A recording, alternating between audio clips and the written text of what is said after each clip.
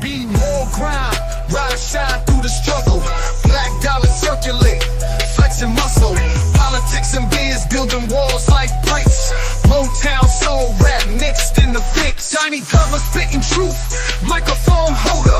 Past the noise scene, watch growth in the folder. Black biz bright spotlight in the dark. Hustling hard, lighting sparks in the park. Beam on new, where we breaking glass ceilings. All black every day, income healing. Donnie Glover, flip the script, let's go. Black Wall Street, roadmap, be more flow. Real talk, stock rise, dreams ain't looking hollow. Blueprints, handshakes, enemies wallow. Baltimore kings, queens, crown on the throne. Legacy built, stone by stone. Headlines, deadlines, moves in the background. Politics, money clips, elevate the town. Black beard strategist, wealth can't be missed. Twist the plot, make the whole world twist. Be more news, success we inhaling. Victories, IRS, no detailing. Donnie Glover, rise to shine, let's glow. Focused on GDP is $23 trillion. 23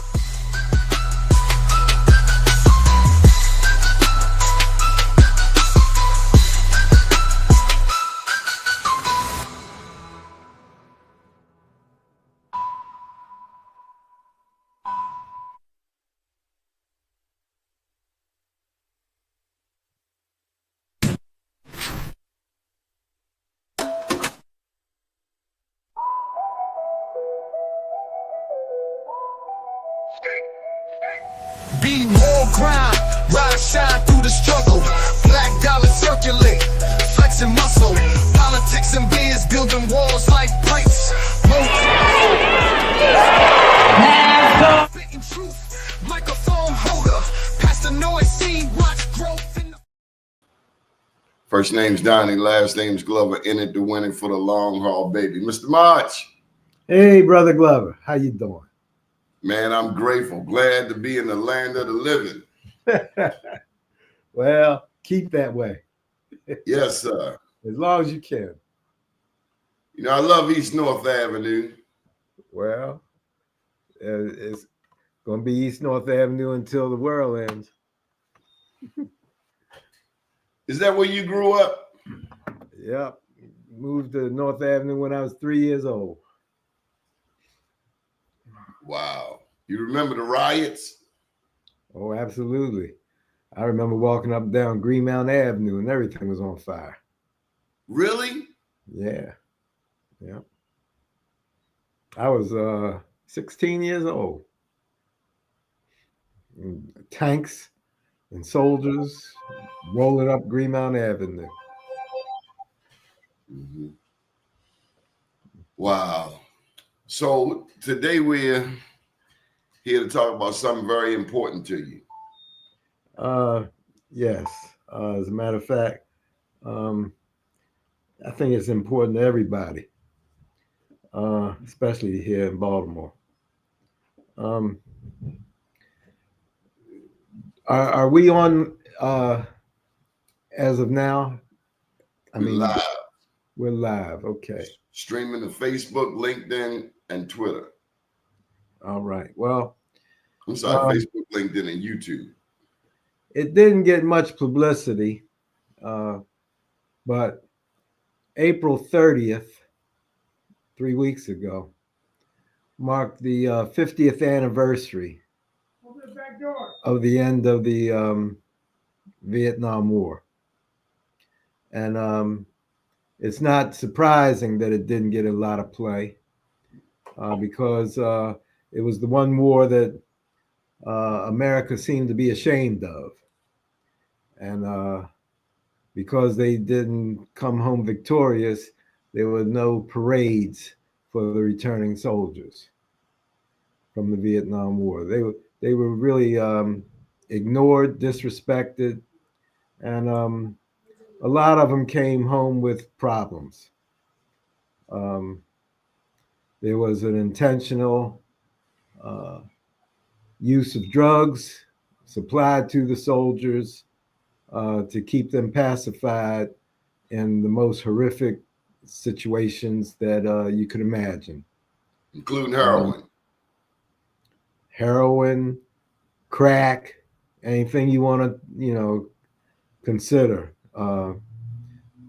Addictive substances. Let's put it that way. They came back with habits they didn't leave here with. And as a matter of fact, this is the first time we heard of what PTSD was, post traumatic stress disorder. Um, just because of the conditions that made it so emotionally distressful or stressful that it had a profound psychological impact on a lot of the veterans that they couldn't shake even when they got home. And this is something that, you know, uh, is not talked about as well. The way it was, it was totally ignored back in the day, 50 years ago. So, a lot of these young brothers came home with traumatic mental and emotional disorders. But this is the thing, we are 50 years removed. And the reality is that, they were sent to war to defend villages in Asia. They were sent over there to liberate, so to speak, villages from the oppression of communism. I mean, the communists were taking over Southeast Asia, and Vietnam was a American foothold, and they decided to go to war to defend these Asian villages, and these soldiers, were sent there not voluntarily. There was a draft. I mean, they went because the government said you either go or you go to jail. So there was no alternative. Uh, and so the reality is that there was a disproportionate number of black soldiers sent to this war. Um, at one point, 20% of the combat forces in Vietnam were African American, when only the population of African Americans in America was 11%. So here we were in Double. in the trenches, in mosquito, malaria, disease, jungles, where soldiers got crotch rot and foot rot and every other kind of rot, and it was primarily a disproportionate number of black soldiers. So this brings me to my point. My point being that 50 years later, these gentlemen are our village elders. These gentlemen are in their 70s now, because most of them were in their 20s, 18, 19, 20, in the war. You add 50 years to that, you got 68, 69, 70-year-old men in our community that, for all intents and purposes, are the elders of the village. And I'm pretty much saying to them, if they can hear me, and we'll get to the point of talking about Memorial Day in a minute. But there was a time when these gentlemen were called to arms to defend foreign villages. Drafted. Drafted, yes, but called to arms regardless. they were called to serve their country and to die for their country if needed, and a lot of them did. The ones, Unless the daddy was rich. yeah, or you know, lot of them, lot of young men got out of it, and I'll attest to it. I was in high school when the Vietnam War started, um, but when I was of draft age, I was in college, and typically, uh, people who were in college did get a deferment, you know, from being drafted. We still had to register with the Selective Service, and we were still susceptible to the draft if needed. Fortunately, that didn't happen for me and a lot of other people. But the fact is that my cousins went. I lost two cousins in Vietnam. Um, People that I knew went to Vietnam and came back messed up mentally, some physically because of wounds. Um, but the point is, I'm trying to make is that they served their country, and they served their country by answering the call to arms. So I'm issuing a different kind of call right now. I'm issuing a call to hearts. And the call to hearts, what I'm describing is asking these gentlemen and some women who, you know, served during the Vietnam, they weren't in combat, but they served in support services. These elders of the village, I'm asking them to come defend and be a part, an integral part of the Baltimore village. And what I mean by that is the village elders, typically in other cultures, are respected for their longevity, number one, and for their wisdom, because it's their wisdom that, uh, through their longevity, they have acquired over the years that a young person just hasn't experienced yet.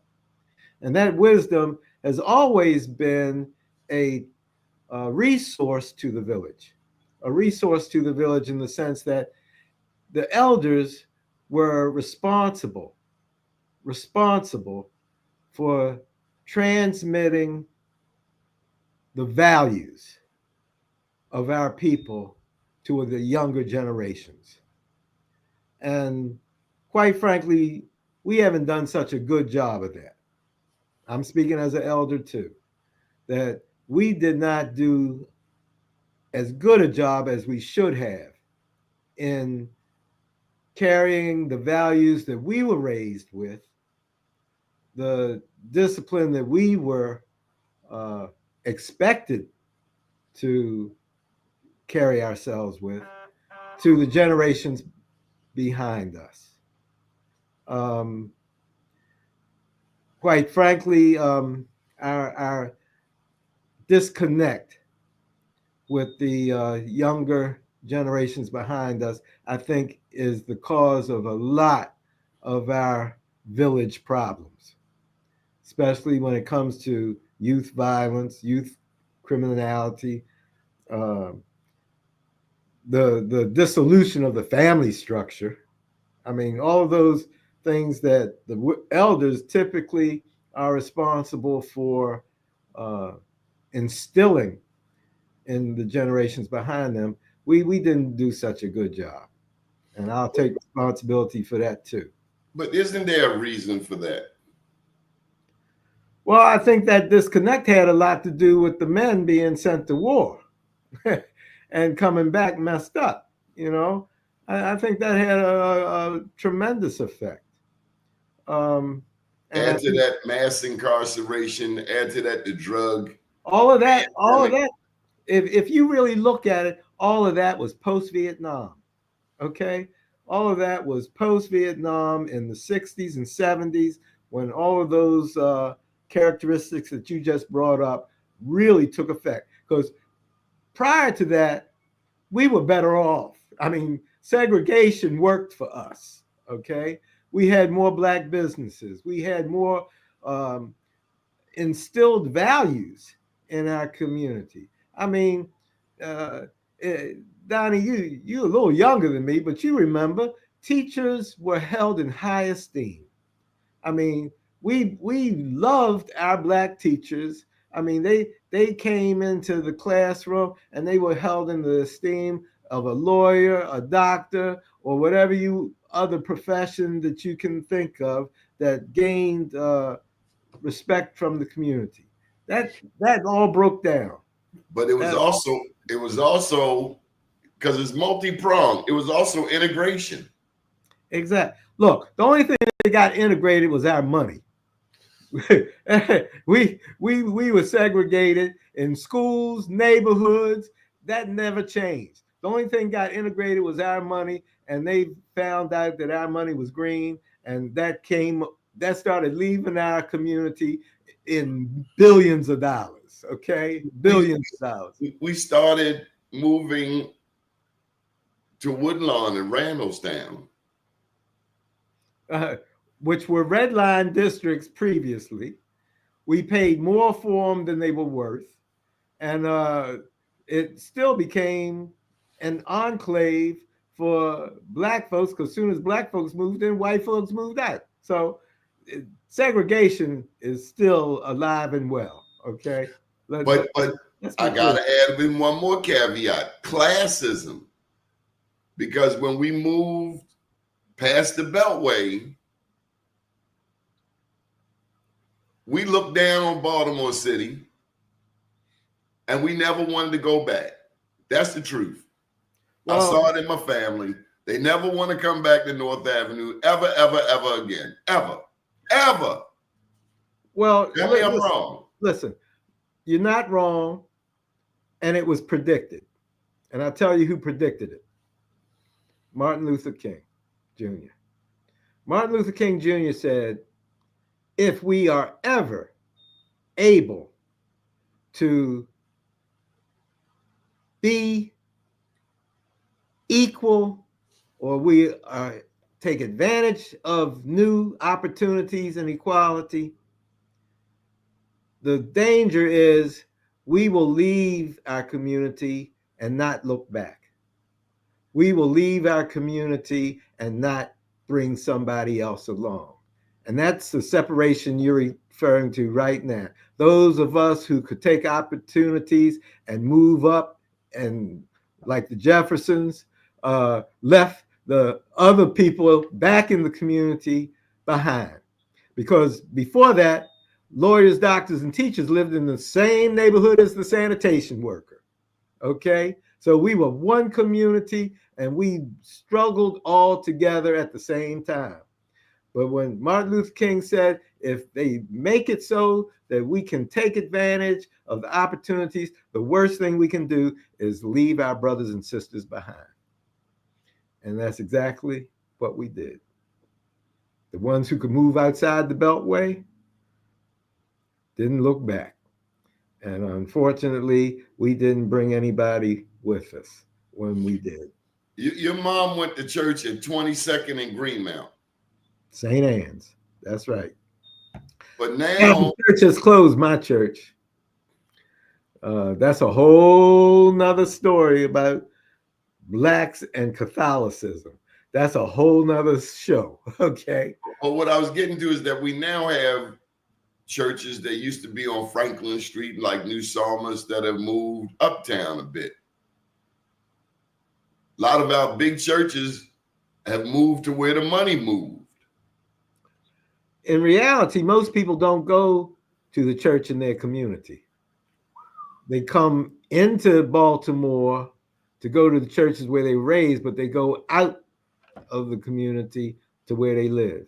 And that's a common characteristic. Now, some people went to the mega churches, but the people who still go to these small inner city churches don't live in the neighborhood where the church is. They come into town on Sunday because that's where they were raised. But the pandemic decimated church going. People found out they could watch their pastor on television and listen to him on the radio. They didn't have to get up out of their bed on Sunday morning. And the collection plate has suffered because of that. That's a whole nother story. But let's get back to Memorial Day. And the reason thank you for having me on the show today is because I'm also president of King Memorial Park Cemetery, which is one of the largest Black-owned, privately owned cemeteries in America. And every year, we recognize not only the veterans that have gone on, but family members. I mean, Black folks have turned Memorial Day into a community day of remembrance, because if you think about it, the people whose shoulders we stand on today, they went to war for us too, in the neighborhoods. I mean, if it hadn't been for them, we wouldn't have survived in a climate that was not hospitable to being Black in America. So they were soldiers too. And when Memorial Day comes around, we stand around Mama's grave, Daddy's grave, Uncle Ben's grave, everybody's grave, and say, thank you. Thank you for seeing us through. And Memorial Day was expanded, so to speak, not only for veterans, but for family members that carried the load, that kept us on the path to keeping on. So Memorial Day for us is different, but it's significant. And this year, we are intentionally lifting up and saluting the Black veterans who went to war for America and came back and unfortunately were not appreciated the way they should have been. And I'm saying to those veterans, we need your help now, because you have something that helped you get through the worst time in your life. And there's something to be learned from that. You were trained to watch each other's back. You learned discipline and how to maneuver in the worst conditions. And that is a lesson that we can pass on to these young folks today, and help them understand that you might be in the worst situation you can imagine, but you can get through it if you do certain things. First of all, respect one another. Look out for one another. Have each other's back. Older people used to give younger people some money, whether it was to cut the grass, sweep the yard, do something to give them some money in their pocket so they didn't have to go stand on the corner. I mean, there are things that the older generations, the elders of the village, can do to make a way forward for our village. So I got to throw this in there. When I look at other communities, the first generation from Korea, from Latin America, they come, they work hard. But it seems as though what happened to us also happens to them. The second and third generation become entitled, become privileged. And then also there's this thing about individualism. You talked about the elders sharing money with younger people. Well, now it's about me, myself, and I. And I think that's a part of America. This is mine. It's me. It's all about me. Joyce Myers. We are losing that sense of take Miss March a cup of sugar, and Miss March send down a cup of flour, or here's some chicken, or here's some vegetables. We're stingy. It's worse than that. And what I mean by that is there's no such thing as a black community. It's everyone for themselves. Yeah. We've lost the tenacity for community. Uh, Was that predictable? That's what I was getting to. With in Dr. King's wisdom, you think he foresaw that? I think he feared that, and his fears have come to pass. Like I said, the haves left the have-nots, and didn't bring nobody along. The business. Now I know what you're talking about. You talking about those black gatekeepers. I don't know what you call them, but the fact is that we lost faith in each other.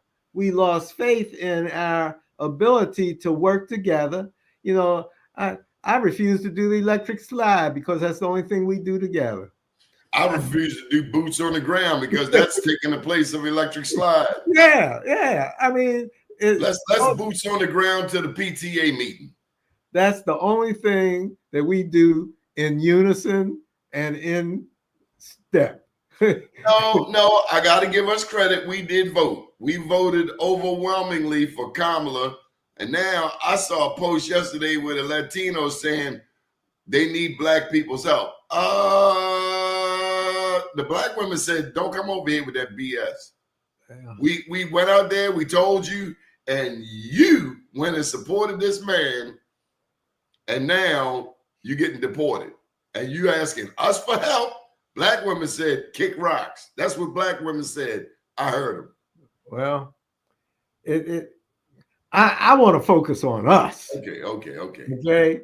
I mean, we are in a environment right now, right this minute, where our support systems that we used to rely on are disappearing. And it's going to come down to us taking care of us again. I mean, completely. And if we don't,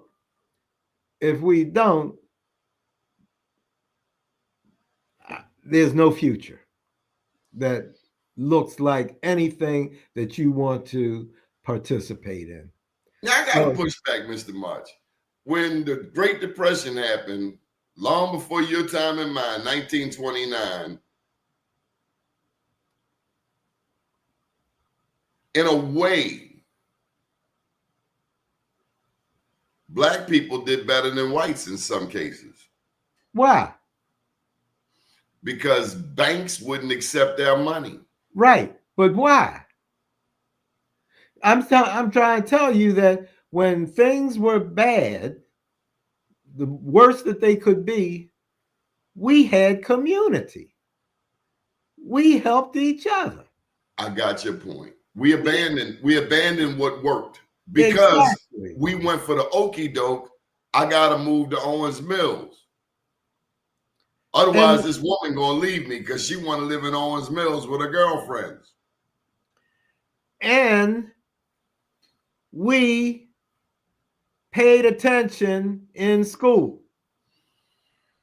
We had teachers, and we were, as students, trying to better ourselves.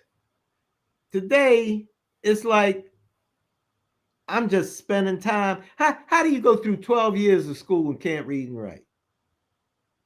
We could read and write by the 3rd grade. Because your mama taught you. Mama could read and write. That's my point. And mama can't read and write. Grandmother can't read and write. You ain't gonna read and write. I'm sorry. That's just a phenomenon that we have to correct. We've gone backwards in terms of literacy. Exactly. I mean, but we do boots on the ground, and we can rap all day long. We can memorize a complicated vocabulary of semantic strings of sentences and phrases, but we can't read and write. Can't sign our name in some cases. It's a situation, like I said, this is a time for elders. This is a time for elders to reach back and attempt to connect with the younger generations and show them the values that we were raised with that supported our lives in so many different ways, that we had a foundation for pursuing excellence. We had a foundation for going into business because we could rely on Black patronage, because we couldn't walk into a Sears and Roebuck, or we couldn't walk into a segregated retail store. We kept the money in our community. We kept our schools tight. We respected our teachers. We knew the policemen on our block. And I'm saying that these are the values that we were raised with, that we did a poor ass job of relaying to the generations behind us. Mr. Mars, have you seen such behavioral changes at funerals? Is a funeral in 2025 different than a funeral from 2000, from 1985? I'm understanding from the veteran funeral directors that it's a whole new ball game. The respect, more than anything, is something that you, as a funeral director of your family's funeral home, you have to remind us. Is it true you have to remind people how to act? Okay, you ain't gonna say it. I've seen it. No. I know exactly what you're saying. Let me put it to you this way. Grief is real. Yeah. Okay, grief is real. If there is an emotional connection with the person laying in that casket, there's some pain. And that pain can reveal itself in different ways. Young people today use media more than any other generation, okay? And media changed a whole lot of our cultural norms. I mean, you got people displaying human remains, standing up, sitting in chairs behind the wheel of their car. I mean, there's some crazy stuff going on out there, but grief is real, and we have a lot of it in our community, a lot. Mainly because of the homicide rate, of the incarceration rate. You know, grief comes in terms of loss as well, you know, not just death, but loss of connections because of incarceration, loss of connections because of drug addiction, loss of connection because of so many social ills that create grief, and the response to grief can be traumatic. The response to grief, like for instance, kids in the classroom, they just lost their brother, sister, mother, father last week, and now they don't want to pay attention in class, and the teacher don't know what to do about it because they're in a state of grief. They're in a state of trauma. That's what Roberta's house addresses. I'm thinking exactly Roberta's house. Beautiful. Roberta's house in the heart of East Baltimore is addressing that reality every day. Teachers don't know how to deal with it. Doctors really are not trained in grief therapy. Okay, they don't even know how to deal with it.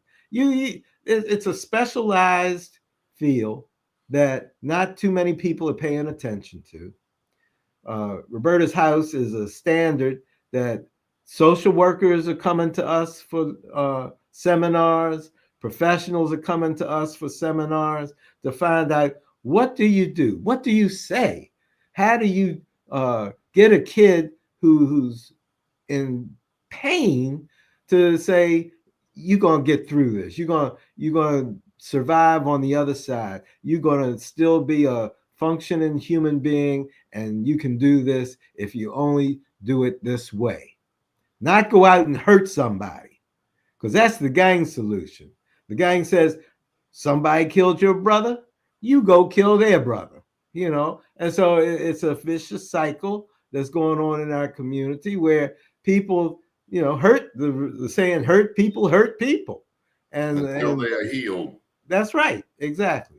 So Roberta's house is that interceptor, so to speak, or disruptor of that cycle of violence, to say this is not the way to heal. Mr. March, I want to take a moment and lift up your profession.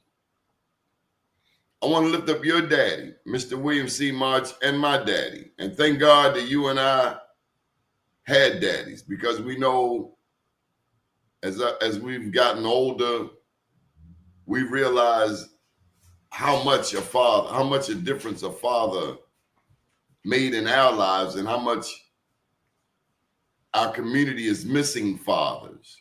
But I also want to lift up the funeral directors, because having grown up in the business, I know how many times y'all buried people and didn't get paid. That was community. That is exactly what I'm talking about. Black folks patronized Black funeral homes and Black barbershops, beauty salons, and Black churches. Those are the only community-based institutions that survived desegregation. You've looked at the other professions. You said the undertaker, the church, the beautician, and the barbershop. That's 100% Black supported. Now you gotta share this, that in Baltimore we support Black funeral homes, but there are places where there aren't Black funeral homes, where whites bury Blacks. But Baltimore, we don't play that around here, right? That's right. That's right. But think about this. We as Black folks trust a Black funeral director to take care of our most precious earthly relationship. We trust a Black preacher to guide us to the heavenly kingdom. And we trust the barber of beauty with our physical countenance. Now, those are three pretty important things in everybody's life that we trust to a Black professional, okay? But we won't trust a Black electrician, a Black plumber, a Black whatever, because look, they doing less with what you value, but you won't trust them. But you'll trust Black folks with the most precious thing in your life. So that should tell you something right there. You need to trust a Black electrician, a Black plumber, a Black home improvement, a Black whatever, okay? And keep Black businesses in business because they hire Black folks. And if you find an electrician that isn't good, then find another Black electrician the same way the Jews, the Koreans, and everybody else does. Because there are poor performers in all races. Hey, look, we only get one chance. If they call a Black man to do something and he messes up, they ain't gonna call another Black man. But because if a white man messes up, they gonna call another white man and another white man and another white man. We only keep going back to McDonald's. Right. We only get one shot, and if that don't work out, we ain't calling another black one. That's community again. No community. That's where we break down. But there's a reason why our tolerance is so low. It's a culmination of all of these other factors. And it's media. I was sharing with a guy from I think it was from Honduras yesterday, how they pushed Tarzan on us. A white guy swinging through the jungles of Africa. Well, white supremacy comes in all forms, even jungle people. The Lone Ranger was actually Bass Reeves, a black man. Yeah. Our heroes get eliminated. Hey, you can go all the way to Jesus. He wasn't white. But you can't be in that part of the world and be white. But if you see a picture of Jesus on the wall, he's gonna be white and blue-eyed. You know that. But that, I mean, you know, that's appropriation again. That's branding to the ultimate power. I want to give one more shout out to the funeral director. Go ahead. I'll listen all day long. You're on call 24/7. That's true. And that means that anytime you have to put your cape and mask on and console the bereaved. I don't think your profession gets enough respect. You've seen it all. You know who's got money, who don't. You know who owe you, who don't. And I'll tell you, my first job in the funeral home was collections. Mr. March, you ever try to collect money on a person that's already in the ground? It's no repo. No repo. Yeah. Well, you know, we've been blessed to have the support of our community. Okay. And you help people and you give back. I got a scholarship. You give back. Your daddy gave me a scholarship in '83, one of many, in the name of your auntie Thelma. That's right. That's right. And I mean, over the years, I don't know how many countless college graduates benefited from the scholarship, Thelma March Scholarship Fund. And you made it your business to be politically involved. Well, and you have to. Because if you didn't, we're part of the community. I mean, I can't express enough that, you know, we are a community partner. We are in the community. We are part of the community. This is our town. This is our village. This is our place of work. This is our place of doing what we have to do to take care of who we need to take care of. This doesn't require us to be anything other than your neighbor. And we take our responsibility and our business, not just a business, but as a ministry of making sure that we are cared for as human beings, as children of God, as people that need help when you need help. I got to put this in. And you know good food. Lord have mercy. What's that lady name out around us? Oh my God. Christina. Lord have mercy. She puts her potato salad. I don't know what she puts in her potato salad, but she got the best potato salad in town. And you know good music. And honestly, that's everything. You got family and friends. You just put away your loved one. You sit down for a gorgeous meal. And in the process, you're going to hear that man sing that song. And he's going to sing it Ain't a whole lot. He ain't got to do a whole lot of that. But he hit the note, and it's over. And we love great music. You know we do. They can't, if they can't hit that note, they can't work it.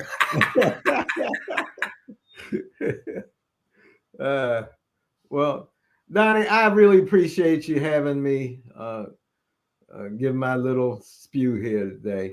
But I just want to say to all you Vietnam vets, thank you. Thank you. And we would like to invite you to be the elders that you are in our village in Baltimore. That's all you want to say? You want to tell them anything else? Oh, Memorial Day. I'm going to give you the floor. Memorial Day, come out to King Memorial Park, 11 o'clock on Memorial Day, where we're going to celebrate our veterans, Vietnam vets. We're going to be giving out a commemorative button to thank them for their service.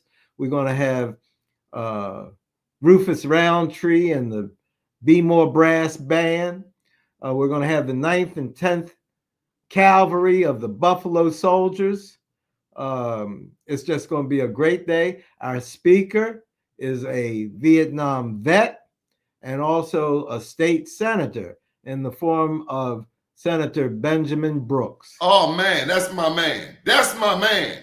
He is going to be a soldier. He is going to be our speaker for the occasion.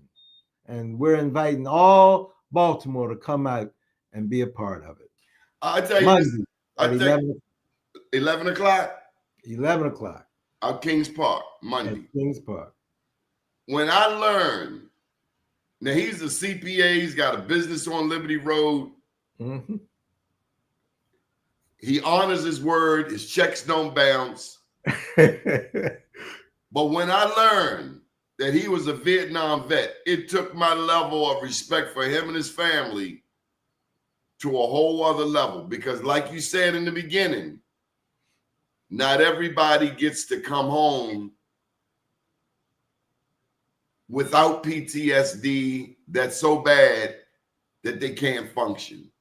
So to see whatever he went through, he was in the Nam, to come home, have a family, a wife, children, productive, to have a business right there on Liberty Road. And now who knew he would be state senator? Because he's a kind of, you know, he's not Donnie Glover. He's not all in your face. But strength shows itself in different ways. But I appreciate Ben Brooks. And he had tough shoes to fill out there. That's right. That's right. But I also think about our brothers and sisters out Liberty Road. And I want them to know that they got to vote. We can't move the Liberty Road and stop being politically active. We can't move out Liberty Road and stop going to PTA meetings or the Liberty Road Business Association meetings. And lastly, let me say that I am proud of you. One, you're my friend. Every time I call, every time you call, the conversation is going to be held.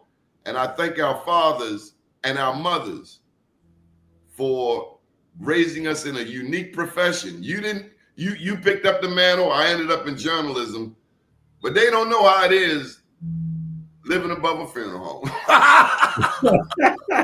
You didn't have too many friends come visit. We lived down the street on North and Greenmount. Man, we used to lock kids in that morgue. They would mess with me. But thank you for all you do, and I appreciate your family. Well, thank you. Victor, we appreciate you, Don. You've always been out there trying to make a difference, and I applaud your efforts trying to get us, on the right track. And that's what we need to be doing 24/7. Who knew that out of the funeral directors in Baltimore, and thank you for bringing it back to mind, the funeral director, beautician, barbershop, preacher, 100% Black supported unconditionally. Now, everybody else got to fend for themselves, but I wish people really knew how valuable and how important the funeral director. I got heated debate on this show. This guy was saying MBEs are failing, MBEs are failing, MBEs need to do this, MBEs need to do that. And his statement kind of suggested that black businesses are failing. And I was trying to tell him how the funeral director in Baltimore has held us down forever. Well, you know, I preach tribal economics. You know that's my theme. And we take our money in from the black community and we redistribute it to the black community. We spend our money with black florists, black lawyers, black mechanics, black auto dealers, black insurance agents, black anything we can find that we need that's being run by a person of color. We are going to support them because those dollars came from the black community, and we put that back into our community as best we can. And even if we can't, because nobody black owns that business, we try to find a business that hires black folks to represent and therefore are employed as a result of our patronage. So it's a whole lot of ways we can redirect our financial resources to strengthen our own community. And that's what we need to do more and more of. Also I gotta put a shout out for Teresa Davis. She has been with you. She's from 20th Street. Her brother's one of my best friends, and she's been with you many, many moons. So I'm the longest tenured employee of March Funeral Homes, and Teresa is number second. Teresa and me, we're the oldest living, still employed at March Funeral Home. Please give her my love. I sure will. Thank you for joining us today. Thank you, Donnie. Yes, God sir. bless you. God bless your viewers. Yes, sir. Good afternoon, world.